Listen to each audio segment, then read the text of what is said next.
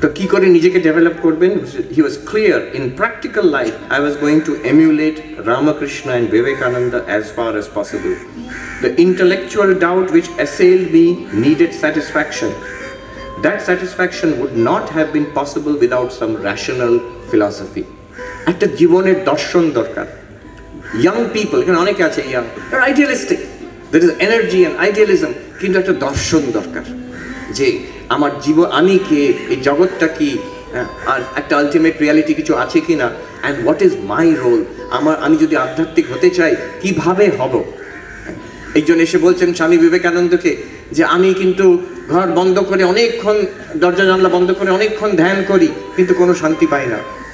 স্বামীজি তাকে বললেন যে তুমি দরজা জানলা খুলে দাও, এই দেখো বাইরে কে রোগী, কে অশিক্ষিত, কে গরিব আছে, তাদের গিয়ে সেবা করো, নাহলে তখন তুমি শান্তি পাবে। This is a very interesting thing. আমি অন্যদের কাট অফ করে শান্তি পাওয়ার চেষ্টা করছি, হচ্ছে না।